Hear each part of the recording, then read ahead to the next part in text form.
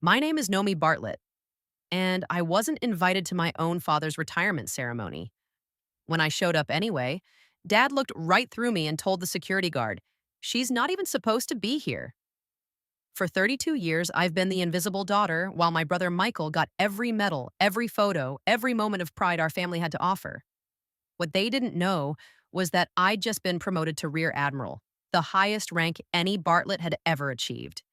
What they didn't know was that the 300 Navy SEALs filling that auditorium owed their lives to classified operations I'd coordinated from the shadows. They thought my only role was to stand on the sidelines and clap for Michael's accomplishments. They were about to learn that sometimes the person you ignore turns out to be the person everyone else salutes.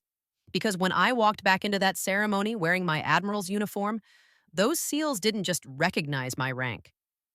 They recognized the voice that had saved them in Syria, in Afghanistan, in operations so classified my own family would never know I existed. The parking lot of the Naval Station Norfolk Officers Club was packed with military vehicles, each one representing years of service, sacrifice, and honor. I sat in my civilian car, a modest Honda that had served me well through 15 years of keeping a low profile, staring at the building where my father's retirement ceremony was about to begin. Captain Daniel Bartlett was retiring after 35 years of distinguished naval service, and today was also the day my brother Michael would be promoted to lieutenant commander. It should have been a family celebration, a moment of pride for the Bartlett military legacy that stretched back 3 generations. Instead, I was sitting in a parking lot, uninvited to my own father's ceremony, holding a printed email that confirmed what I'd suspected for weeks. My name wasn't on the guest list. What I was about to discover would prove that some wounds run deeper than family loyalty, and some truths are more powerful than blood relations. The email exchange with my father's aide had been brief and devastating. "Ms. Bartlett, we don't show an invitation for you on the captain's guest list. This appears to be a family-only event with military personnel." When I'd called Dad directly, his response had been even more crushing. "Nomi, this is Michael's day. Let's not make it about your situation." My situation. As if 15 years of classified military service was an embarrassing hobby, rather than a career that had taken me to the highest levels of naval intelligence. But what Dad didn't know about my situation would soon change everything he thought he understood about his own family. I checked my watch. 1,400 hours. The ceremony would begin in 30 minutes. Despite not being invited, I'd driven the 2 hours from my apartment in Virginia Beach because something inside me couldn't let this moment pass without trying one more time to be part of the family that had spent my entire adult life pushing me away. The Officers Club looked exactly as I remembered from my childhood. Imposing brick facade, perfectly manicured grounds, American flags flanking the entrance. This was where Dad had brought Michael and me for special occasions, where he'd introduced us to other military families, where he'd talked about the importance of naval tradition and family legacy. Of course, those conversations had always focused on Michael's future in the Navy. My interest in technology and intelligence work had been dismissed as not real military service. From the moment I'd announced my intention to join the intelligence community instead of pursuing a traditional surface warfare officer track. As I walked toward the entrance, I could already see the familiar dynamic that had defined my family for decades. Through the large windows, I could make out the reception area where families were gathering before the ceremony. There was Mom, elegant in her navy blue dress, standing proudly beside Dad in his dress whites. Michael was there too, his new lieutenant commander insignia gleaming, surrounded by well-wishers congratulating him on his promotion. And there, I could see the same invisible barrier that had always existed around Bartlett family celebrations. The space where I should have been standing, conspicuously empty because I'd never quite fit into their vision of what military success looked like. The security guard at the entrance was a young petty officer, probably assigned to check invitations and direct guests to the appropriate areas. He looked up as I approached, his expression professional but questioning. "Good afternoon, ma'am. May I see your invitation?" "I'm Nomi Bartlett," I said, hoping my name alone would resolve the confusion. "Captain Bartlett's daughter." The young sailor consulted his tablet. scrolling through what I assumed was the guest list. His expression shifted from professional courtesy to uncomfortable uncertainty. Ma'am, I don't see your name on the list for this event. The moment that would force me to confront the reality that my own family had actively excluded me from this celebration. There must be some mistake, I said, though part of me had known this was exactly what would happen. Could you check again? Nomi Bartlett? Bartlett. Ma'am, I've checked twice. You're not on Captain Bartlett's approved guest list for today's ceremony. I'm his daughter, I repeated, as if saying it again would change the database entry. Ma'am, I understand, but I can only admit guests who are on the approved list. Perhaps you could contact Captain Bartlett directly? Through the window, I could see Dad holding court near the reception table, accepting congratulations and telling stories about Michael's achievements to a circle of admiring colleagues. He looked relaxed, happy, proud, every inch the distinguished naval officer, celebrating his legacy. What happened next would prove that some family rejections are deliberate rather than accidental. Could you call Captain Bartlett over here? I asked the security guard. I'm sure he can resolve this quickly. The young petty officer looked increasingly uncomfortable, but he nodded and spoke into his radio. Within a few minutes, Dad appeared at the entrance, his expression shifting from mild curiosity to something approaching annoyance when he saw me standing there. Know me, he said, his voice carrying the tone he'd used when I was a child and had done something to embarrass the family. What are you doing here? I came for your retirement ceremony, Dad, and Michael's promotion. This is a military event, know me. Family and military personnel only. I am family, Dad, and I am military personnel. Dad's expression hardened in a way I recognized from 15 years of similar conversations. You know what I mean. This is about real military service, traditional naval careers. Michael's promotion represents the kind of leadership the Navy actually values. The dismissal that revealed Dad had never understood or respected what I'd spent 15 years accomplishing. Dad, I've been serving in the Navy for 15 years. You've been playing with computers for 15 years. There's a difference. The comment hit like a physical blow, not because it was unexpected, but because he delivered it in front of a young sailor who was witnessing a senior officer dismiss his own daughter's military service. Sir, the petty officer said carefully, should I add Ms. Bartlett to the guest list? Dad looked at me for a long moment, and I could see the calculation in his eyes. He was weighing the embarrassment of publicly acknowledging that he'd excluded his own daughter against the inconvenience of having me present at what he clearly saw as Michael's day. No, he said finally. The guest list is finalized. This is a closed event. The moment when my father chose appearances over family, tradition over truth. Dad, please, it's your retirement ceremony. I want to be here to honor your service. Nomi, you had your chance to be part of this family's military tradition. You chose to go a different direction. This celebration is for people who've served with honor in real naval positions. The young security guard was now looking deeply uncomfortable, clearly wishing he was anywhere else but in the middle of a family confrontation. I have served with honor, I said quietly. Have you? Can you tell me about a single mission you've been on? A single ship you've served aboard? A single combat operation you've participated in? The questions that put me in an impossible position between defending my service and maintaining operational security. I couldn't tell him about Operation Iron Shield, where I'd spent 6 months coordinating cyber defense for an aircraft carrier battle group in the Persian Gulf. I couldn't tell him about Midnight, about Falcon, where my intelligence analysis had prevented a terrorist attack on a naval base. I couldn't tell him about Silent Echo, where my real-time coordination had saved a SEAL team that had been compromised behind enemy lines. I couldn't tell him any of that because it was all classified at levels that most naval officers would never be cleared to know about. I can't discuss specific operations, Dad. You know that. Of course you can't, because there aren't any operations to discuss. Dad turned back toward the reception area, clearly considering the conversation over. Dad, wait. He stopped but didn't turn around. I love you. I'm proud of your service.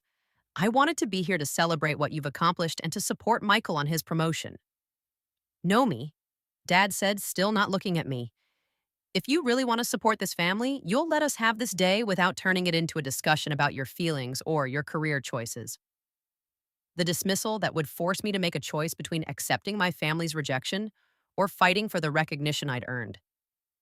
This isn't about my feelings, Dad. This is about respect for military service. Respect for military service? Dad turned around, his voice rising slightly.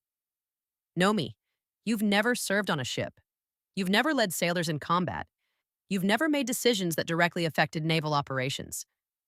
You sit in an office somewhere doing work that nobody understands or cares about. The accusations were so wrong, they would have been laughable if they weren't so painful. But I couldn't correct them without revealing classified information that would end my career and potentially compromise ongoing operations. Sir, the young petty officer interjected carefully, perhaps we should. Petty officer, Dad said firmly. Ms. Bartlett is not authorized for this event. Please ensure she understands that this is a restricted gathering. And with that, Captain Daniel Bartlett walked away from his daughter, leaving me standing at the entrance to his retirement ceremony, officially uninvited and publicly dismissed. But what I did next would prove that some battles are worth fighting, even when your own family is on the other side. I stood there for a moment, watching Dad rejoin the reception through the window. Mom glanced toward the entrance, saw me standing outside, and quickly looked away. Michael was too busy accepting congratulations to notice the drama unfolding at the door. The young security guard was clearly struggling with the situation. Ma'am, I'm sorry about. If it helps, I think your service is important too. Thank you, Petty Officer. Rodriguez, ma'am. Thank you, Petty Officer Rodriguez. What's your rate? IT2, ma'am. Information Systems Technician. I smiled at the irony. So you understand about computer work being real military service? Yes, ma'am. Absolutely. The ally I'd found in the most unexpected place, a young sailor who understood that military service comes in many forms. I walked back to my car, my mind racing with conflicting emotions. Part of me wanted to drive away, to accept that my family would never understand or appreciate my service, to stop trying to earn recognition from people who'd already decided I wasn't worth their respect. But another part of me, the part that had spent 15 years making life or death decisions in classified operations, wasn't ready to surrender without a fight. I opened my trunk and pulled out the garment bag I'd brought just in case. Inside was my dress white uniform, complete with the insignia I'd only received 3 weeks ago, the 3 silver stars of a rear admiral. The promotion had been fast-tracked through classified channels, recognizing not just my years of service, but my role in preventing what the Joint Chiefs had called the most significant potential intelligence disaster in naval history. The details were classified at levels that ensured almost no one would ever know what I'd prevented or how many lives my actions had saved. But 300 Navy SEALs knew. They'd been briefed on Operation Silent Echo, the mission where my real-time intelligence coordination had saved their lives when their extraction had gone wrong. I'd kept the promotion secret from my family, partly because I'd wanted to tell them in person, and partly because I'd learned over the years that sharing my achievements only led to dismissal and skepticism. Now, sitting in my car outside Dad's retirement ceremony, I realized that keeping my promotion secret had been a mistake. Not because my family deserved to know, but because the 300 SEALs inside that building deserved to see the person who'd saved their lives finally get the recognition she'd earned. As I changed into my uniform in the parking lot, I could see more military personnel arriving for the ceremony. The guest list was impressive. Senior officers, enlisted personnel, and what appeared to be several SEAL teams who'd served with Michael during his special operations tours. They moved with the distinctive bearing of special forces operators, the kind of quiet professionalism that marked people who'd seen combat and knew the difference between ceremony and substance. Looking at them, I realized that some of these SEALs might have been involved in operations where my intelligence work had played a critical role. They might not know my face, but they might know my work. The thought gave me courage as I finished adjusting my uniform. The dress whites felt different with Admiral's insignia. Heavier somehow, carrying the weight of responsibility that came with flag rank. When I walked back toward the officers' club entrance, Petty Officer Rodriguez did a double take that was almost comical. Ma'am! He snapped to attention so quickly I was afraid he might hurt himself. Admiral, I apologize. I didn't realize. At ease, Rodriguez. You handled the situation perfectly. Ma'am, should I announce you? I looked through the window at the reception, where Dad was still holding court, and Michael was still basking in congratulations. The formal ceremony hadn't started yet, but the social hour was in full swing. No announcement necessary, Petty Officer. I think I'll make my own entrance. What happened when I walked into that reception would prove that sometimes the people who dismiss you have never met the people who depend on you. The conversations didn't stop immediately when I entered the reception area. It took a few moments for people to process what they were seeing. Not just another admiral attending a retirement ceremony, but someone whose presence shifted the entire dynamic of the room. The first person to notice was a Master Chief I didn't recognize, who took one look at my insignia and quietly alerted the SEAL team standing near him. Within seconds, word was spreading through the group of special operators like a tactical communication network. Then I heard it, a voice I recognized from radio communications during Operation Silent Echo. Holy shit, someone whispered. That's Phoenix. Phoenix, my operational call sign. The identity that 300 Navy SEALs knew as the voice that had guided them through the most dangerous mission of their careers. And that's when 300 of the Navy's most elite warriors did something that would change my family's understanding of military service forever. As one, they came to attention. Not the casual acknowledgement you might give a senior officer at a social function, but the crisp, respectful attention reserved for someone who'd earned their deepest respect. Admiral Bartlett! The voice belonged to a SEAL commander I'd worked with on multiple operations. Phoenix, front and center. The room fell silent as 300 pairs of eyes turned toward me, 300 warriors who knew exactly who I was and what I'd done for them. Dad's conversation stopped mid-sentence. Michael's smile froze on his face. Mom dropped her champagne glass. Because sometimes the daughter you've spent 32 years ignoring turns out to be the person everyone else salutes. The SEAL commander stepped forward, his face showing the kind of respect I'd never seen from my own family. Admiral, he said formally, Team 6 requests permission to render honors. I looked around the room, at Dad's shocked face, at Michael's confusion, at Mom's dawning understanding that something significant was happening. Permission granted, Commander. 300 Navy SEALs snapped to attention and saluted. The sound of their synchronized movement echoed through the reception hall like thunder. And in that moment, my family finally understood that the daughter they'd dismissed as unimportant was actually the most important person in the room. Dad stared at me with an expression I'd never seen before. Not pride, not approval, but something closer to awe. For the first time in my life, Captain Daniel Bartlett was looking at his daughter and seeing someone who outranked him. The salute held for what felt like an eternity but was probably only 10 seconds. 10 seconds of absolute silence as 300 of America's most elite warriors honored the woman my family had spent decades dismissing. When they finally dropped their salutes, the SEAL commander spoke again, his voice carrying clearly across the reception hall. Admiral Bartlett, on behalf of SEAL Teams 2, 6, and 8, we want to thank you for Operation Silent Echo. Your real-time intelligence coordination saved 47 American lives that night in Kandahar. The acknowledgement that would force my family to confront 15 years of willful ignorance about my military service. Dad's face had gone completely white. He was staring at me like he'd never seen me before, which in a way, he hadn't. For 32 years, he'd been looking at the daughter who didn't fit his vision of military success, not the admiral who'd been saving lives while he planned his retirement parties. 47 lives? Mom whispered, her voice barely audible. The SEAL commander nodded.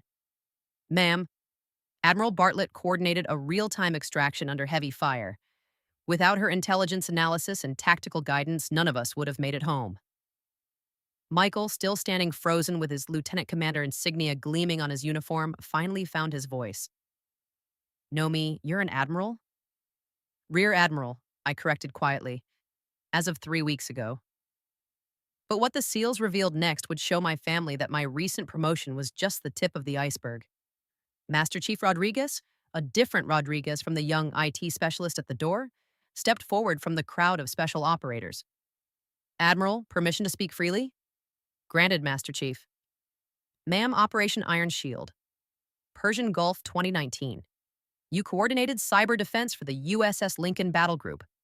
My team was providing security for the operations center when Iranian hackers tried to breach our missile defense systems. He looked directly at Dad as he continued. Sir, with respect, your daughter prevented what could have been the most devastating naval attack since Pearl Harbor. We're talking potential loss of 6,000 American sailors. The number hit the room like a physical force. 6,000 lives. Dad commanded ships with crews of 300 at most. I'd been responsible for operations protecting 20 times that many people. Another voice joined from across the room. A female SEAL I recognized from classified briefings. Operation Midnight Falcon, she called out. Admiral, you identified the weapons trafficking network that was smuggling radioactive materials through European ports. My team executed the interdiction you planned. That's classified, I said automatically, though the damage to operational security was already done. The operation's declassified now, ma'am. 6 months ago. The successful prevention of nuclear terrorism was attributed to exceptional intelligence coordination by unnamed naval personnel. That was you. If you've ever had a moment where people finally understood what you'd been doing while they were dismissing your achievements, you know the complex emotions I was feeling. Have you ever had your real contributions finally recognized? Share your story in the comments. Your experiences help others feel less alone in their professional struggles. The SEALs weren't finished. One by one, they began sharing operations I'd coordinated, missions I'd planned, lives I'd saved. Each revelation hit my family like another wave of reality they weren't prepared to handle. Operation Crimson Dawn, Admiral Bartlett's intelligence prevented a terrorist attack on Naval Station Norfolk. Operation Desert Shield, she coordinated the rescue of 18 Marines captured behind enemy lines. Operation Arctic Fox, her cyber warfare analysis stopped a Russian submarine from penetrating our territorial waters. With each operation mentioned, Dad's expression grew more stunned. Mom had tears streaming down her face. Michael looked like he was trying to solve a mathematical equation that didn't make sense. The SEAL commander finally called for silence with a gesture that stopped the testimonials. Admiral Bartlett, he said formally, would you honor us by accepting the position of honor for today's ceremony? The position of honor at my father's retirement ceremony, the same ceremony I hadn't been invited to an hour earlier. I looked at Dad, who was still staring at me with that expression of awe and confusion. Commander, that's very kind, but this is Captain Bartlett's day. I'm here to honor his service, not to overshadow it. Ma'am, with respect, the commander replied, Captain Bartlett served with honor for 35 years, but you've served with distinction in operations that shaped global security. The position of honor should go to the senior officer who's made the greatest contribution to naval operations. The suggestion that would force my father to publicly acknowledge what he'd spent decades refusing to see. Dad finally found his voice, though it came out rougher than his usual command tone. Know me, he said, stepping closer. Is all of this true? Which part, Dad? All of it. The operations, the lives saved, the admiral rank. I reached into my jacket pocket and pulled out the citation that had accompanied my promotion. The document was classified at most levels, but the basic facts were cleared for family members with appropriate security briefings. Dad took the paper with shaking hands and read it silently. His expression changed with each line, moving from disbelief to understanding to something that looked like shame. When he finished reading, Dad did something he'd never done in 32 years. He saluted his daughter. Admiral Bartlett, he said formally, I request permission to present you to the assembled guests. The formality was necessary, not just for military protocol, but because it gave Dad a structure for acknowledging what he'd never been able to admit informally, that his daughter had achieved more than he'd ever imagined possible. Permission granted, Captain. Dad turned to face the assembled guests, his voice carrying the authority he'd developed over 3 decades of command. Ladies and gentlemen, it is my honor to present my daughter, Rear Admiral Nomi Bartlett, United States Navy. Admiral Bartlett has served with distinction in classified operations for 15 years, achieving the highest rank any member of our family has ever attained. The introduction that rewrote 32 years of family history in a single sentence. The applause that followed was thunderous, led by 300 SEALs who knew exactly what those classified operations had accomplished. But it was the expression on Dad's face that mattered most. Pride, finally, after decades of disappointment. Mom approached me with tears still streaming down her face. "Nomi, honey, why didn't you tell us?" "I tried to tell you, Mom. Every time I came home, every time we talked. But when I said my work was classified, you assumed that meant it wasn't important. But all those operations they mentioned, you saved thousands of people? It's my job, Mom. It's what I've been doing for 15 years while you thought I was filing paperwork." Michael, still processing the revelation that his little sister outranked him by several levels, finally stepped forward. "Nomi, I owe you an apology." "For what, Michael?" "For never asking. For assuming. For letting Dad dismiss your service while I accepted all the praise for mine." Michael's apology was more meaningful than Dad's salute because it acknowledged not just my achievements, but his role in enabling our family's dysfunctional dynamic. "Michael, your service matters too. Leading sailors, making tactical decisions, representing the Navy in traditional roles, that's important work. But it's not saving thousands of lives in operations so secret I've never even heard of them." The comparison that would help Michael understand the difference between valuable service and irreplaceable service. The formal ceremony began 30 minutes later, with me seated in the front row beside Dad's command staff.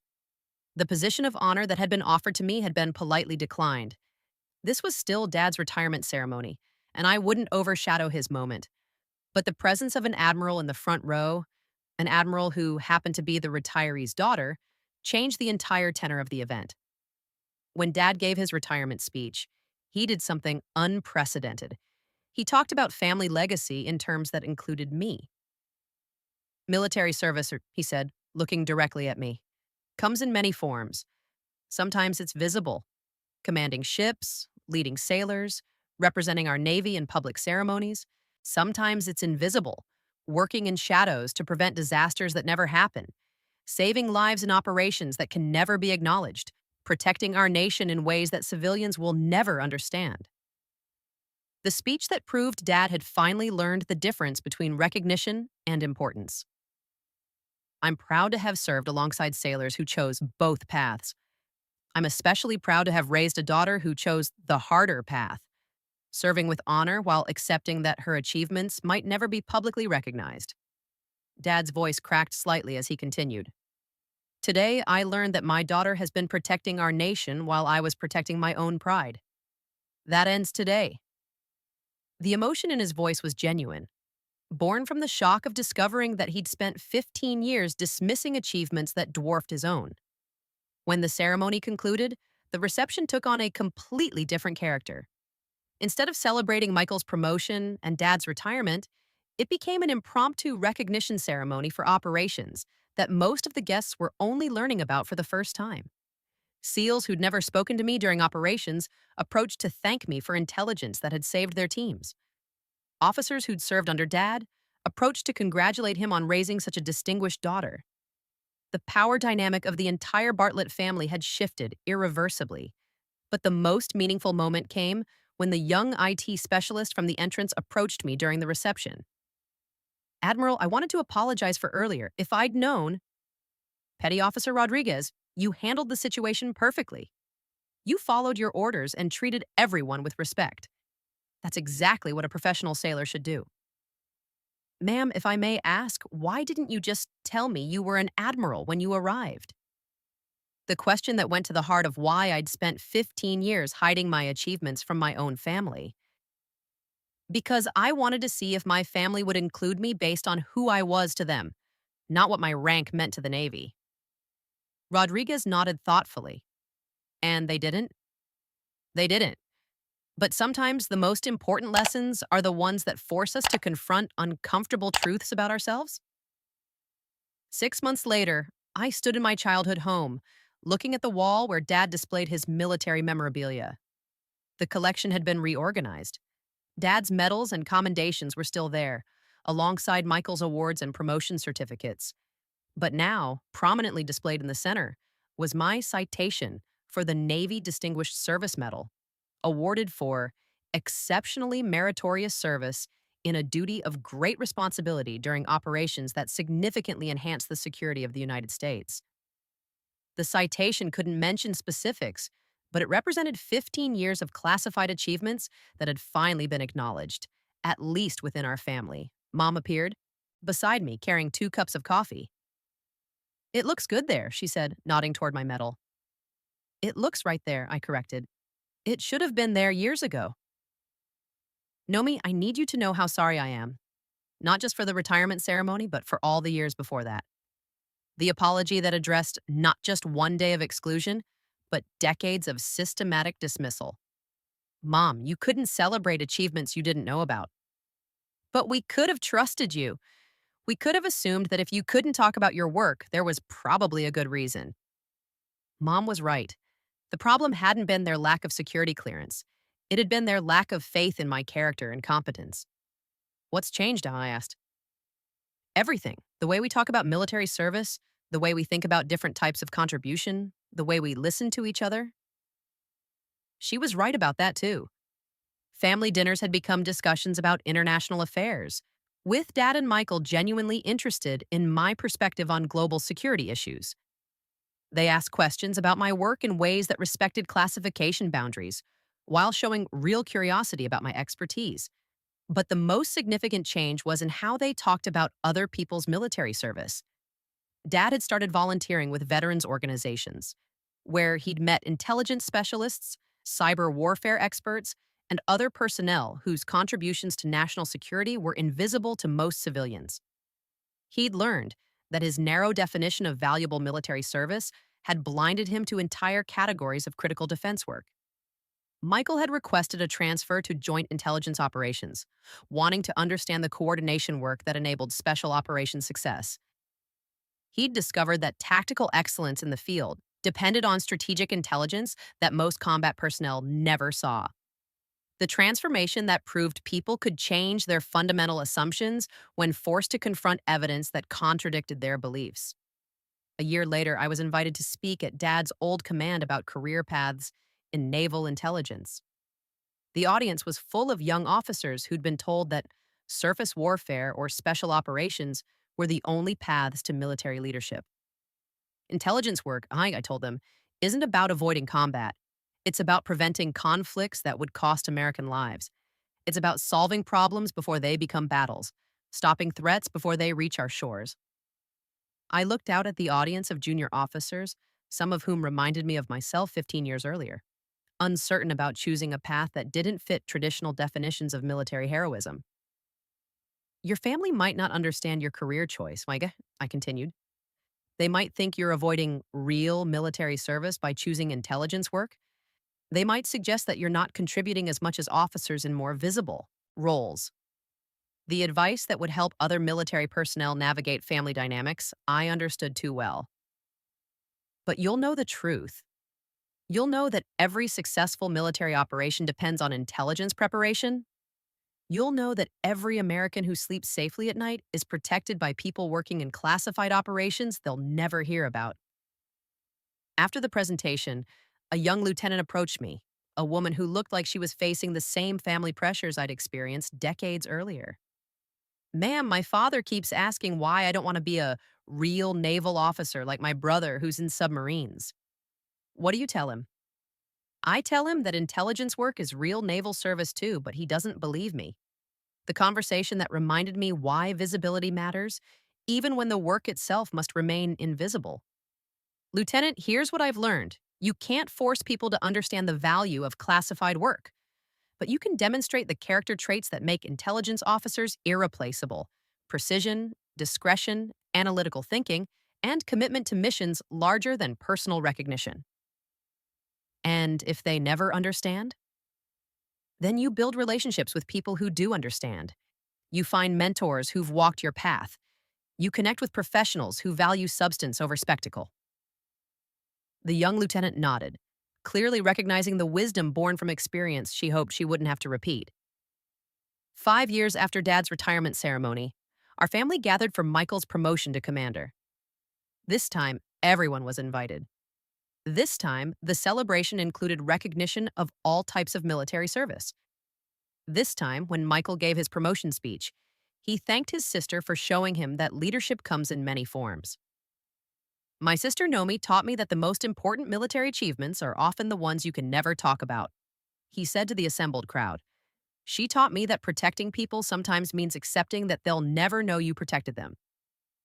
If this incredible journey of family transformation and military recognition has moved you, absolutely destroy that like button and subscribe for more amazing stories of people who prove their worth despite being underestimated.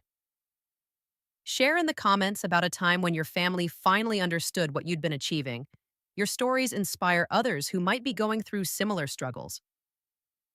As Michael spoke, I looked around the room at Dad's former colleagues, at the young officers who'd attended my intelligence briefing, at the family members who'd finally learned to ask the right questions about classified service.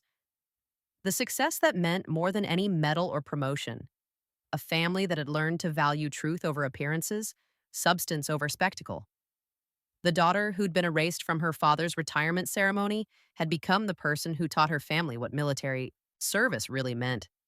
Not the pageantry and recognition they'd always valued, but the quiet dedication to protecting people who would never know your name.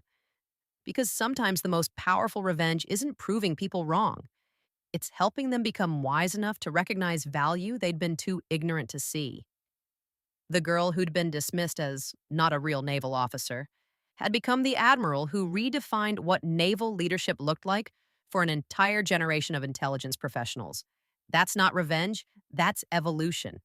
And sometimes, evolution transforms not just individuals, but entire families who learn that honor comes in many forms, some visible, some classified, all essential to the mission of protecting the nation we serve. The 300 Navy SEALs who stood up that day weren't just honoring my rank. They were honoring every intelligence officer whose work enables their success, every analyst whose preparation saves their lives, every coordinator whose decisions bring them home. That's the legacy worth more than any recognition, proving that invisible service is often the most vital service of all.